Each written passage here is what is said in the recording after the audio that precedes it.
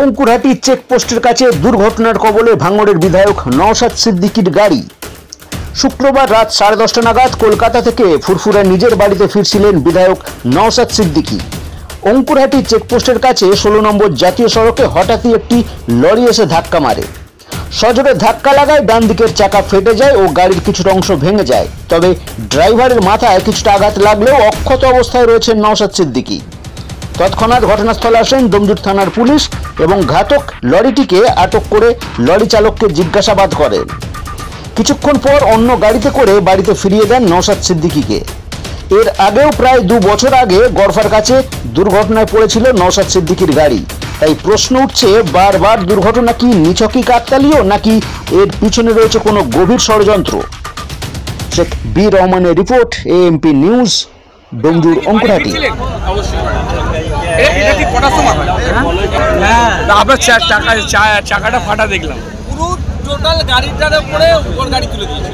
কি গাড়ি ওটা? ওটা কি লরিটা? আচ্ছা আচ্ছা, তা কেন এরকম হলো, কেন হঠাৎ? এবার তো ওকে জিজ্ঞাসা করতে হবে। এটা কি মনে হচ্ছে দাদা? এটা কি নিছক দুর্ঘটনা, না এর পেছনে কিছু অন্তর্গত লুকিয়ে রয়েছে? আমি ওটা বলতে পারবো না দাদা, আমি অসত্য পথ অবলম্বনের পক্ষে কোনোদিন নয়। ওর উচিত ছিল গাড়িটা যখন দাঁড়িয়ে আছে বাঁদিকে নিয়ে টান দেবে, ওর উচিত ছিল বাঁদিকে একটু দেখা, বাঁদিকে দেখে একটু গাড়িটা চালাবে।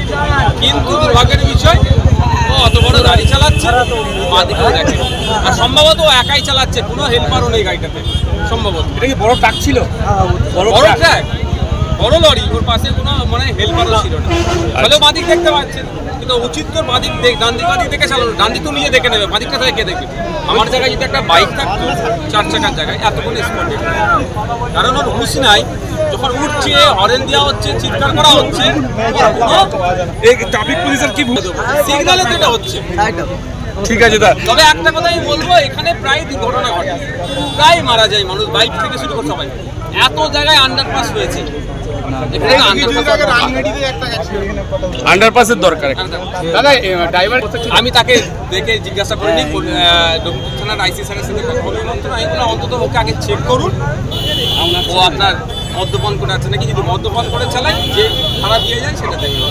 আমি কি বলবো বলছি, আমি কি ওর কাছ থেকে আমি ক্ষতিপূরণ চাইবো? গরিব মানুষও কীভাবে দেবে? ক্ষতিপূরণ চাওয়াই পক্ষপাতী নয়, চাইবও না। ঘটনা বলতে, আমরা চেকপোস্টে এসে চা খাতে এসেছিলাম, তো ভাইজান যাচ্ছিল, তো সাইডেই যাচ্ছিল ইন্ডিকেটর জ্বালিয়ে, তো আচমকা একটা লরি এসে ভাইজানের গাড়িটাকে সাইড চেপে যায়। তো এইটা মোটামুটি আমরা দেখলাম সামনেই বসে বসে। তো ভাইজান গাড়ি সাইড করলো, আর আমাদের স্যারেরা ছিল, স্যারেরা আলো, তো আমরা সব ছেলেরা গেলুম ভাইজানের কাছে। তো ভাইজান দেখলো নেবে। লরিটা এসে চাপলো? হ্যাঁ, লরিটা এসে চাপলো। আর কোনো ক্ষতি হয়েছে না, ক্ষতি সেরকম হয়নি। ভাইজানের গাড়ির টায়ারটা একটু খারাপ হয়ে গেছে, ভাইজান গাড়িটা নিয়ে যেতে পারিনি ব্যাকে। তো আমাদের সামনে চেকপোস্টের স্যার ছিল, স্যারের এসে ভাইজানকে নিয়ে সাইড হলো। তো ভাইজানও খুব ভালো ব্যবহার, ভাইজানের কথাবার্তা আমরা দেখলুম যে খুবই ভালো, খারাপ না। তো আমরা পাশেই ছিলুম ভাইজানের, তো অবধি আবার দেখলুম। আপনার বাড়ি কোথাও? আমার নিবের বাড়ি। আপনার নাম? তৌফিক লস্কর। এটা কোন জায়গা? এটা উগড়াহাটি চেকপোস্ট। নওশাদ সিদ্দিকী বারবার বিধানসভার মধ্যে যে অত্যাচার মানে প্রতিবাদ করছে, তার হয়তো পরিকল্পনা করে হয়তো এটা হতে পারে, যে শাসক দলের পরিকল্পনা হতে পারে যে বারবার আগ করে। এর আগেও আমরা দেখেছি গড়পা পোলেও একটা একই কেস ঘটেছিল। আমরা আশঙ্কা করছি যদি দোষী এইভাবে কিছু হয়ে থাকে, বলছি লরিটা কি এর উপর? লরি তো আপনারা দেখতে পাবেন, ওখানে গাড়ি দাঁড়িয়ে আছে, পুরো সামনে ফ্রেশ চাকা সহ খুলে গেছে, সামনের ফ্রেশটাই চলে গেছে। কটা আগে হবে? উনি কোথা থেকে আসছিল? কলকাতা থেকে আসছিল। এখানে রাস্তা উনি ভেবেছে এই রাস্তাটা খালি থাকে, এই রাস্তা দিয়েই যাতায়াত করে। কোনো কারো চোট হয়নি, তবে বড় রকমের চোট হতে পারতো। যদি 2 চাকা হতো হয়তো দেখা যেত স্পট ডেড হয়ে যেত, যেভাবে চেপেছে।